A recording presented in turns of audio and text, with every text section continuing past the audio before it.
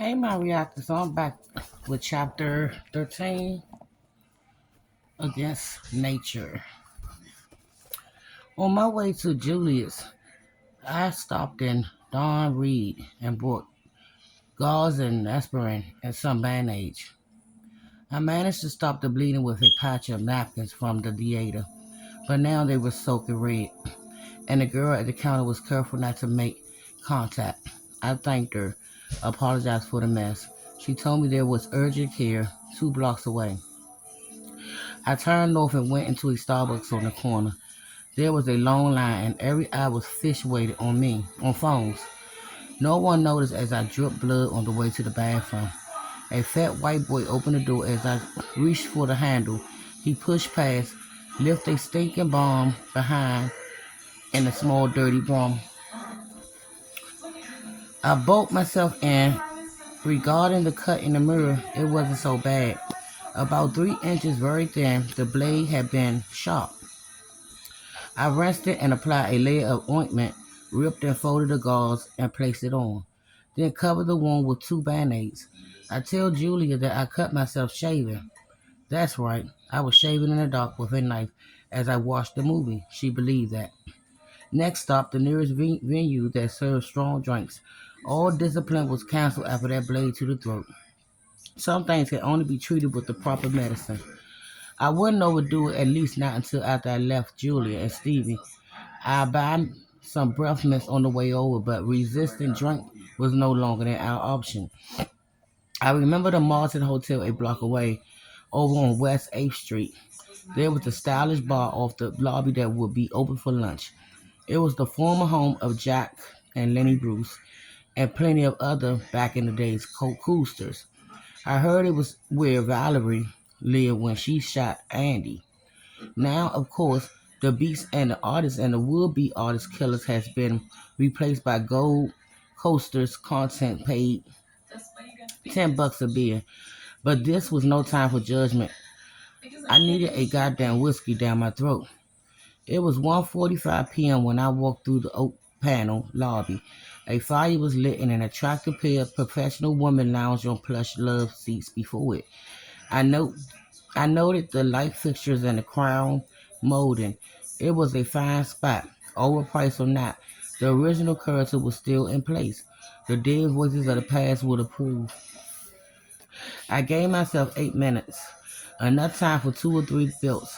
Then a stop at a bodega for mints. Then a speed walk 5 blocks up to the Coens. Hold on, y'all gotta cut this TV down.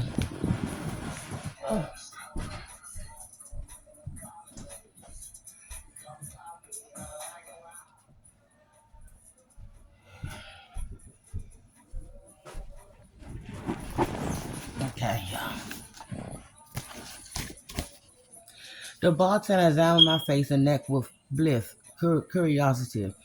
He was bearded with slick back hair, dressed in a tweed suit and curtain behind the bar. The bottles were lined on glass shelves before a mirror, trimmed with carved oak inlay. He tossed a cocktail napkin on the marble bar top in front of me. Didn't ask about my bandages. Double bullet, I said, 1 cube. He nodded, turned and pulled, placed in on the napkin and watched as I lifted and drained the bourbon down in one swallow. One more, please, I told him. And a Stella. Another unquestioning nod, and he delivered the rest of my order. When he set the green bottle and amber glass before me, I had my card waiting. I'll settle up. Don't have much time, unfortunately. He shrugged, went to swipe it. I sipped the second whiskey a little slower, savoring the warmth of it brought to my belly, the calm it delivered to my mind. I rinsed each sip with a pull of Stella. I checked my phone. It had been 6 minutes since I walked in. I was no longer feeling so out of control.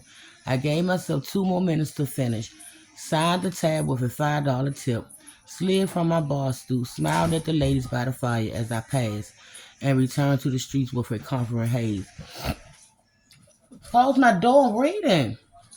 The sun was shining and the day had warmed. Spring was springing. Well-dressed women walk expensive dogs down Fifth Street.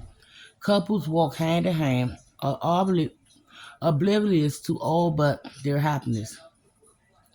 A pair of European men in tailor suits laughed and smoked in front of the art club. They all felt like extras in a movie version of my reality.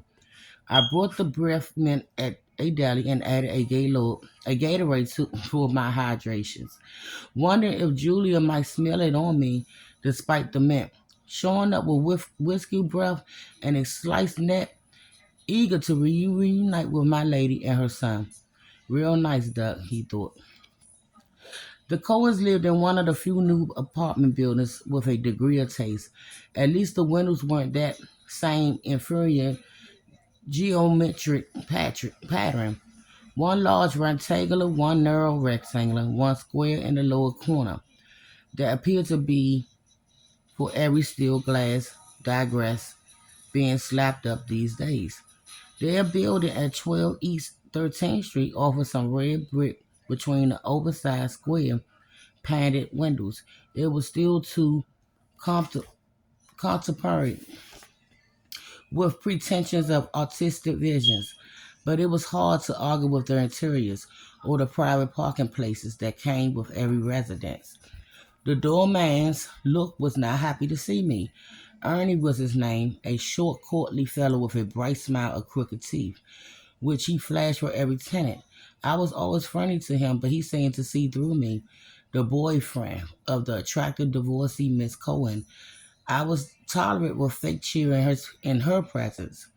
Alone, I was welcomed with the indifference shown to a seamless delivery man.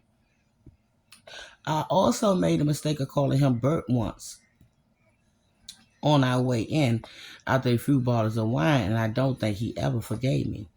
Ernie went my man. I said, long time, how you been? He ignored my outstretched hand, ignored my neck wound. She's expecting you, he said without looking up. Thanks, good to see you too, buddy. I slapped the desk on my way past just to make him stiffen. Each apartment was its own floor with the elevator, opening onto a glass foyer. Julie was not waiting by the entrance. I called out for her and got no reply. Peeped my head into the long living room, found it empty. I kept calling her name until I found her seated at the kitchen island, staring down in silence. Jules, it's me. Everything okay? She looked up. Her face was tear-streaked with terror and blame. Her body shuddered as she pushed a piece of paper towards me. I just got back, she said. This was waiting downstairs with Ernie. It was sealed and addressed to both of us. To you and me? If she noticed the bandage on my neck, she didn't mention it. She showed me the torn envelope it came in. On a typed label, it read, to Miss Julia Cohen and Mr. Duck Darling, resident 4. I picked up the letter. It was typed in print on a thin white paper. Dear Miss Cohen, please share this note with your friend, Mr. Darley.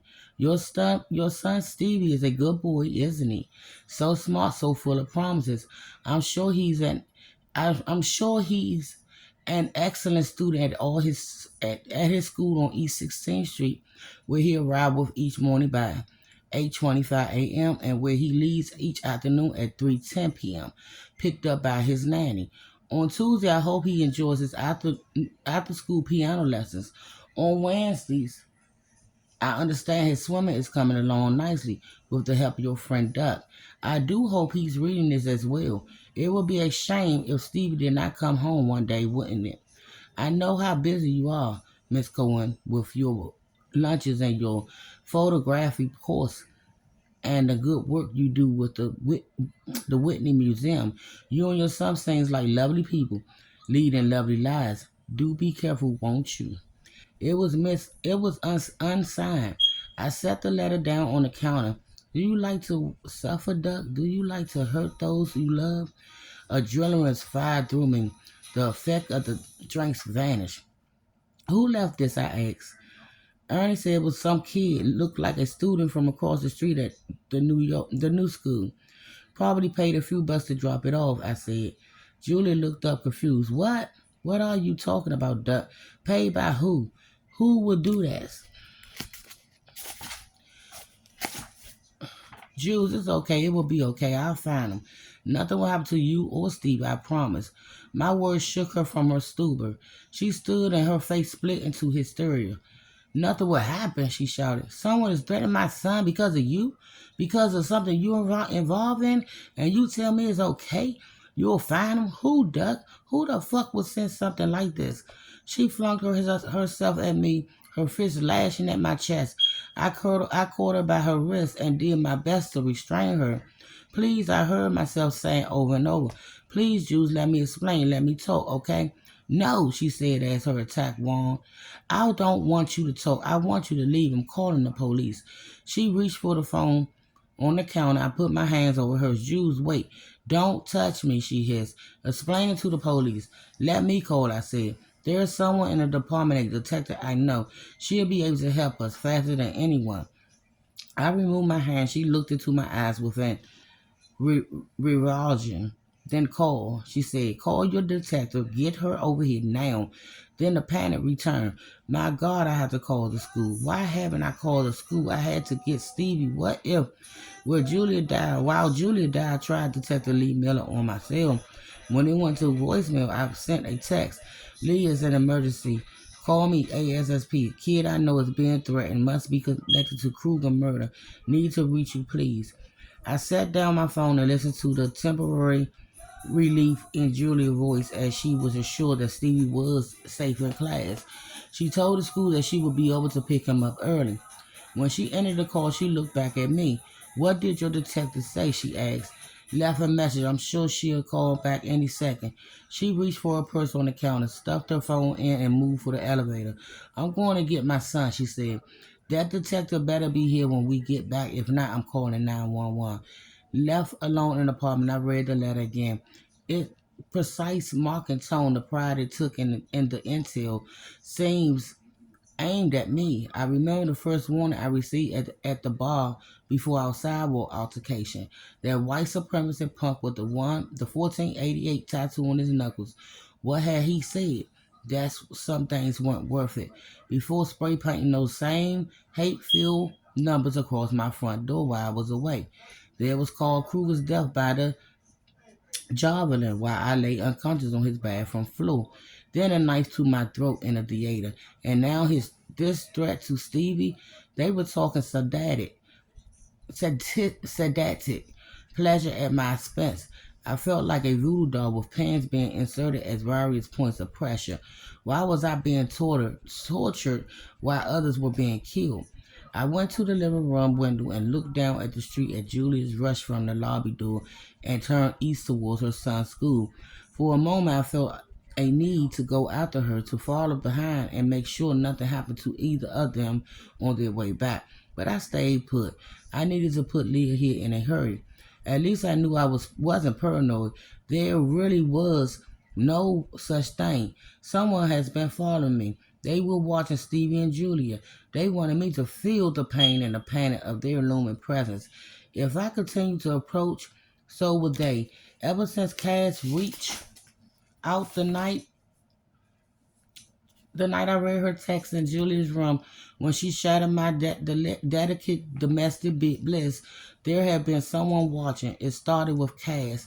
I needed to reach her. If they were preying on the people I care about most, she would be the first target. As I reached for my phone, it lit up. Detective Miller responded to my text. Start talking, she said. Leah, thanks for getting back. I need your help. I said start talking, Duck. I asked you to be honest with me. After this mess with Kruger murder, and you weren't, and now you need my help, so start talking. I wasn't lying, I said. I don't know how any of this is connected, but I'm being threatened, and now so is an 8-year-old kid. He's the son of the woman I was seeing. I heard a sharp exhale through her nose, either expelling a flash of jealousy or more likely a snort of disgust. How was he threatened, she asked. We got a letter left with their doorman. I said, it's detailed his school schedule, and it would be a shame if he didn't come home one day. It was addressed to both of us, to his mom and me. Where's the kid now? At school on East 16th. The mom, her name is Julie Cohen. She just went to pick him up. The school said he was fine. And where are you? At their apartment, 12 East 13th Street. Can you come back?